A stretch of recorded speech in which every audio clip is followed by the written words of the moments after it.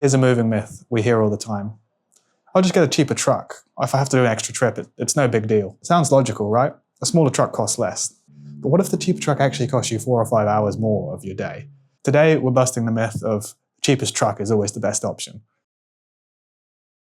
We've been helping Kiwis move for decades, and if there's one thing we've learned, it's choosing the right truck isn't just about fitting your stuff in. It's about fitting your move into your day. So today we're answering the question, is the cheapest truck always the best option? Let's find out. The thinking goes like this. I'll save money with a smaller truck. If I need to do another trip, I'll just make another run. But there are a few things people don't always consider. The distance you're traveling, the amount of trips you're going to take, fuel, and how much energy you've got after loading and unloading a truck all day. Let's paint a picture. Imagine you're moving from Hamilton to New Plymouth. If you have a truck that's too small and you just need to pop back for another load, it's not just around the corner. That could be another 5 or 6 hours of driving.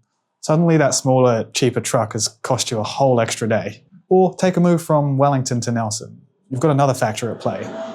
The Cook Strait ferry. If everything doesn't fit and you need to make another trip, you're not just jumping back into the truck. You've got another ferry booking, more fuel, more time away from home. Another full day tied up.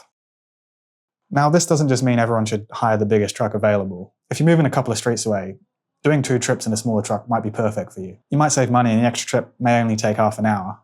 The right truck isn't always the biggest truck. The right truck is the truck that makes the most sense for your move.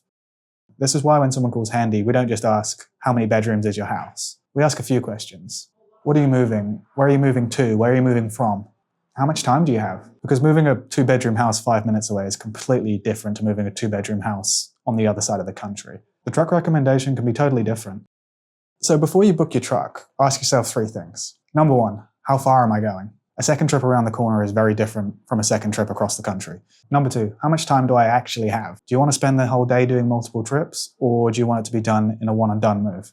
Number 3, what's the cost of my time? Sometimes spending a bit extra on the truck can save you lots of time and hours of extra work. So is the cheapest truck always the best? Busted. The biggest truck isn't always the answer.